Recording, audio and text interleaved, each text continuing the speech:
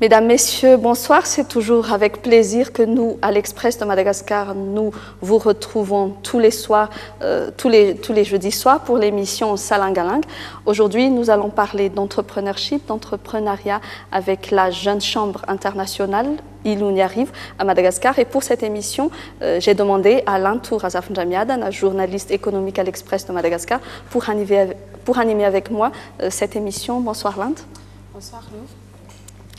Et nous avons accueilli aujourd'hui deux invités, membres de la Jeune Chambre internationale Iluniarive, la présidente, Madame Sanda Soulou-Fousson Randiami Fidmanan. Elle est présidente de JCI Iluniarive. Elle est entrepreneur au sein d'une agence de communication et d'événementiel. À ses côtés, Monsieur Eric Radaniel, directeur du projet Master Business Academy, un projet dont nous allons aussi beaucoup parler au cours de cette émission, un projet qui, je le signale, est un projet organisé en collaboration avec la radio-télévision Analamang. Donc, nous avons aussi Monsieur Eric Radaniel, qui est directeur de ce projet et qui est secrétaire général adjoint de la JCI Iluniarive. Bonsoir, Madame, Monsieur. Bonsoir, bonsoir Lante. Oui, alors comme je le disais tout à l'heure, la JCI Iluniarive est en train d'organiser une émission de télé-réalité, Master Business Academy. C'est une émission, je dirais, assez originale parce que c'est la première fois que j'entends parler de ce genre d'émission, une émission de télé-réalité axée sur l'entrepreneurship que vous organisez en partenariat avec RTA. Il s'agit d'un concours de projet d'entreprise, de business plan. Votre objectif, c'est de susciter l'esprit d'entrepreneuriat chez les jeunes et de créer des opportunités de développement et d'affaires. Nous reviendrons sur les détails de ce projet, mais déjà, est-ce que vous pouvez nous expliquer qu'est-ce que vous entendez par esprit d'entrepreneuriat ? Merci pour la question. En fait, ce que nous voulions faire, qu'est-ce que nous entendons par l'esprit d'entrepreneuriat? C'est, excusez-moi du terme, mais en ce moment, on parle beaucoup de business. Et c'est pas ça qu'on veut installer. On veut effectivement faire en sorte que les créations d'entreprises qui sortiront de ce concours soient des entreprises pérennes et qui ont une valeur ajoutée par rapport à ce qu'ils font et ils pourront effectivement rayonner autour d'eux puisque d'abord ils pourront faire vivre leur famille, première chose, et deuxième chose, ils pourront faire vivre d'autres familles autour d'eux puisque normalement ils devraient embaucher. Et donc ce que nous voulons, c'est qu'effectivement, ce que nous voudrions plutôt, parce que nous voulons c'est un peu fort, ce que nous voudrions, c'est que nos jeunes gens de moins de 40 ans dans la cible du concours, essaient de créer des entreprises. Et donc, ceux qui seront finalistes dans ce concours, tant mieux pour eux et on les félicitera. Mais ceux qui ont commencé à goûter en fait à ce type de concours, que ça suscite des vocations chez eux et qu'ils essayent de trouver effectivement des chemins pour essayer de créer leur propre entreprise. Si je peux rajouter quelques éléments. En fait, par rapport à ce que disait Eric, ce qu'on entend aussi par entrepreneuriat, c'est aussi, on peut prendre un terme plus global, c'est prendre sa vie en main. C'est arrêter l'assistanat. C'est vraiment, on est à un moment de notre vie à Madagascar où maintenant tous les jeunes doivent se prendre en main pour avancer. On ne peut plus attendre les aides des uns et des autres, chacun peut avancer. Et la JCI a cette vocation, c'est vraiment que les gens se développent personnellement pour apporter des changements positifs autour de soi. Et donc là, c'est un axe, c'est vrai, l'entrepreneuriat. Et ça, c'est l'entrepreneuriat de la vie en général, c'est se prendre en main. Voilà. Mais l'esprit entrepreneurial, est-ce inné ou acquis? Et si c'est acquis, comment susciter cette vocation, comme M. Eric l'a dit tout à l'heure, comment susciter cette vocation chez les jeunes malgaches? Parce qu'un membre du secteur privé a dit la semaine dernière, au cours d'une rencontre avec les jeunes à l'IMCAM, il faut arrêter le business. Et moi, je pense qu'il y a quelque chose pour arrêter ça. Ça ne s'arrête pas forcément, mais comment susciter cette vocation entrepreneuriale chez les jeunes? Je pense qu'on peut, par exemple, parler par l'intermédiaire des exemples. Ce qu'on appelle, nous, dans notre concours, les best success stories. C'est-à-dire que on va prendre des exemples de gens qui ont créé leur entreprise et qui ont réussi, qui ont un parcours de réussite. Ça peut susciter des vocations. Pourquoi? Parce qu'on va s'identifier à cette personne en disant, cette personne est partie de rien, voilà où il en est arrivé. Ah, c'est quelque chose qui me parle et j'ai envie d'avoir la même chose. Ou de là. Effectivement, chez nous, l'éducation fait qu'on est plutôt, pour l'instant, on a plutôt une vocation à être employé, parce que c'est l'éducation qui fait ça. Mais peut-être qu'effectivement, en vulgarisant, comme je vous ai dit tout à l'heure, le concept de l'entrepreneuriat, ça peut donner des idées et que la graine puisse germer chez certains de nos compatriotes. Si on en a 2, 3, 4, 5, c'est gagné déjà pour nous, puisqu'effectivement, ça va rayonner autour d'eux. Je pense que c'est comme ça, à mon avis, c'est comme ça qu'on pourrait susciter des vocations, par l'exemple, tout simplement. Mais justement, vous, par exemple, tout à l'heure, vous avez parlé de prendre sa vie en main, et vous, en même temps, vous avez dit que l'éducation a fait que chez nous, les gens ont plus tendance à avoir la vocation à être employés plutôt qu'à créer leur propre entreprise.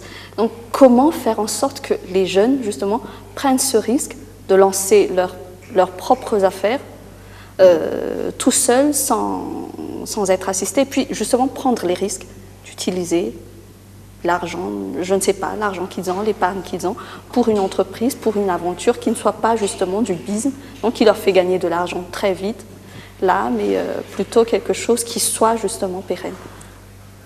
Alors, on revient un petit peu à notre concours. Pourquoi on l'a mis en place? Parce qu'on sait pertinemment qu'effectivement, c'est à travers, en tout cas, on a essayé de savoir que c'est à travers les différentes étapes que nous voulons mettre en place dans ce concours qui donnerait l'élan. Pourquoi je vous dis ça? Parce que lorsqu'on a lancé ce concours, on a mis en place une journée d'information, de plateforme d'information, dans lequel, effectivement, on voulait parler des bonnes idées d'entreprise à l'heure actuelle. Et tout ça dispensé par des professionnels qui sont déjà reconnus.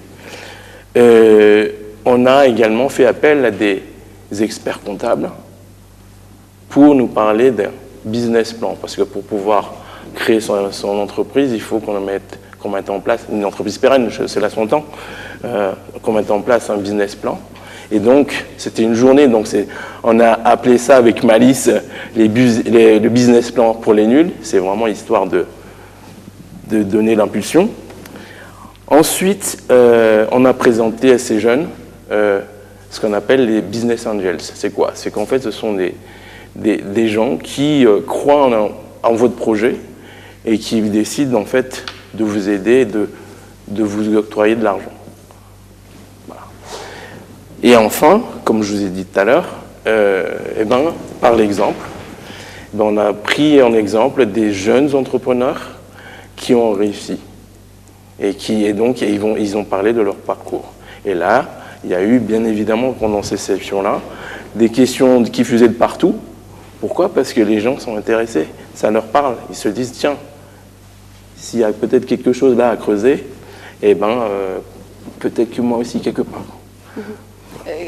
Quand vous avez lancé le projet, vous parlez il y a eu des gens, les gens étaient intéressés. Est-ce que vous pouvez dire, je ne sais pas, le nombre de candidats qui ont postulé, par exemple, pour ce concours, histoire de voir si vraiment les jeunes malgaches ont vraiment des idées, de bonnes idées d'entreprise? Figurez-vous qu'on a été surpris parce que nous, pour cette première journée, on s'est dit qu'on n'allait pas avoir de candidats tout de suite. On s'est dit qu'il y aurait beaucoup de prises d'informations plutôt. Que ne fut notre surprise d'avoir 4 candidats déjà déclarés. D'accord, pour la première journée Pour la première journée.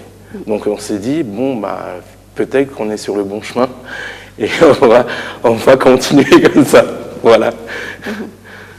Et sur ces projets-là, justement, est-ce que vous avez vu des projets, justement, enfin, juste un premier coup d'œil, des projets qui pourraient aller loin ou... Alors, c'est pas à moi de vous le dire, ça sera au jury de sélectionner, de voir, parce que de toutes les façons, on essaie de s'entourer de professionnels là-dessus, et c'est eux qui vont nous dire ce projet-là tient la route ou non.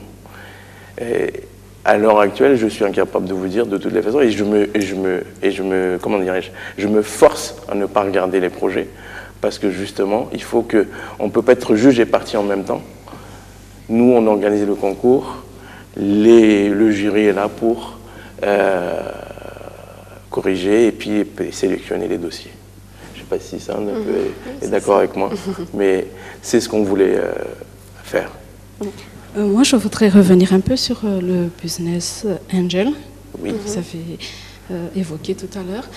Est-ce qu'il n'y a pas de risque que ce business angel prend une grande part dans le projet qui risque d'envahir les idées du jeune entrepreneur? D'influencer. D'influencer, oui. Donc, il risque même d'avaler, entre guillemets, prendre à son compte le projet. Vous savez, il ne pourra pas. Pourquoi? Parce que le concours est là et il y aura une telle exposition des médias que si, effectivement, du jour au lendemain, le correcteur ou le business angel met en place un projet du même type que ce qu'il y a pendant le concours, on saura tout de suite qu'il a pioché dans la boîte à idées. Non, de toutes les façons, les business angels sont là réellement pour aider, tout à fait. Donc, ils sont là. En fait, en règle générale, par exemple, les sociétés de capital risque, si on doit parler de ces sociétés-là, ce qu'ils font, c'est qu'ils rentrent dans un projet à hauteur de, je sais pas, 10, 20, 30, 40 ou même la totalité, enfin, je parle sous leur contrôle, et qu'ils y vont pour un temps déterminé. Et donc, une fois que ce temps-là est passé, eh ben, ils se retirent du projet parce que le projet est pérenne. Voilà comment ça marche en ce qui concerne les sociétés de capital risque. Et je pense c'est pas que je pense, c'est que les business angels fonctionnent également de la même façon. C'est-à-dire que bien évidemment, il va prendre qu'on appelle ça le fruit de son investissement, puisque quand il va se retirer, il va faire comment on appelle ça? Il va avoir des intérêts, mais en tous les cas, il se retirera du projet normalement. Et puis je pense aussi qu'il ne faut pas avoir peur d'un business angel parce qu'il est là pour aider, mais aussi s'il prend, on va dire, même s'il a 80% des actions, c'est-à-dire qu'il va injecter 80% de ses propres fonds, et ça veut dire que celui qui a le projet, il est porteur, mais au moins son projet peut prendre vie, donc ça déjà c'est une chose, il peut prendre vie avec un montant qui est beaucoup plus important que ceux avec quoi il aurait pu commencer tout seul. Et ça veut dire, s'il est plus important, ça veut dire qu'il va gagner plus, normalement. Donc, peut-être vaut mieux réfléchir, on raisonne, on se dit, vaut mieux gagner 20%, on va dire, de, je sais pas moi, 10 milliards de dollars, que 20% d'1 million d'arrière. Donc, c'est pour ça qu'il faut nuancer. Il ne faut pas avoir peur, je pense, d'avoir un business, enfin, d'avoir quelqu'un qui s'associe au projet. Au contraire, ça peut donner une plus grande visibilité, justement, aux rêves qu'on a quand on est entrepreneur. Moi, ma question, c'est comment est-ce que vous avez réussi à convaincre ces business angels-là de venir donc coacher ces jeunes, donc mettre quelque chose à eux dans ce projet? Ils pourraient très bien risquer que les projets qui seront là ne rapportent rien. Comment est-ce que vous les avez convaincus à participer au projet? C'est très simple, en fait, on a juste parlé avec notre cœur et puis on croit au projet. Donc on a expliqué étape par étape ce qu'on voulait faire. Et donc on leur a dit, voilà, ce concours-là, il ne s'est jamais fait, télévisé en tout cas, il ne s'est jamais fait à Madagascar, c'est une première. Deuxième chose, c'est que ça va être comment on appelle ça, une grosse caisse de résonance pour vous, pour vos activités.